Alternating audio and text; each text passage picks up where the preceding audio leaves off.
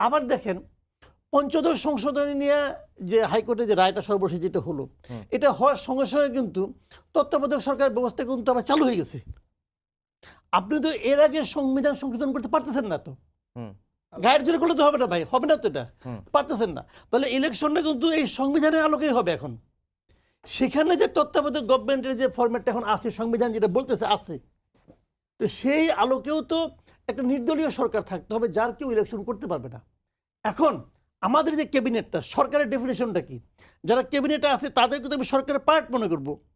তারা কি ইলেকশনের কথা ভাবছে না? ইলেকশনের আয়োজন করছে না?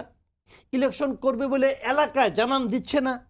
আপনি খবর নিয়ে দেখেন, যান না বাড়ির কাছে আছে কুমিল্লা মুরাদনগর, যান না ওখানে, যে দেখেন আসিফ মাহমুদের জন্য ওর বাবা, ওর পরিবারের লোকজন, ওখানে ওনার লোকজন সবাই মিলে মিটিং মিছিল করছে কিনা দেখেন। যে যদি সবাই তো জানে যে এই লোকগুলি ইলেকশন করবে, তো আপনি ইলেকশন কীভাবে করবেন যদি আপনি গভর্নমেন্টে থাকেন? এখন আসিফ মাহমুদ সজীব ভুঁইয়া উনিও সেটা স্ট্যাটাস দিয়েছেন কালকে, সেটা হলো যে যদি কেউ নির্বাচন করে তাহলে উপদেষ্টা পদ থেকে পদত্যাগ করেই করবে, এই তো বলেছে। খুব ভালো কথা। এখন আমি যদি পাল্টা প্রশ্ন করি, কবে পদত্যাগ করবে? যেদিন উনি সাবমিশন করবেন আপনার মনোনয়নপত্র, ওই দিন?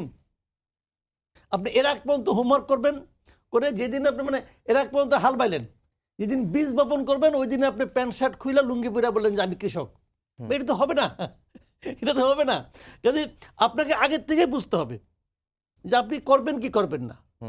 তো এই অবস্থায় মির্জা ফখরুল ইসলাম আলমগীরের বক্তব্যটা আমি মনে করি এটা খুবই বিবেচনায় নেওয়া উচিত এই সরকারের, বিশেষ করে সরকার প্রধানের।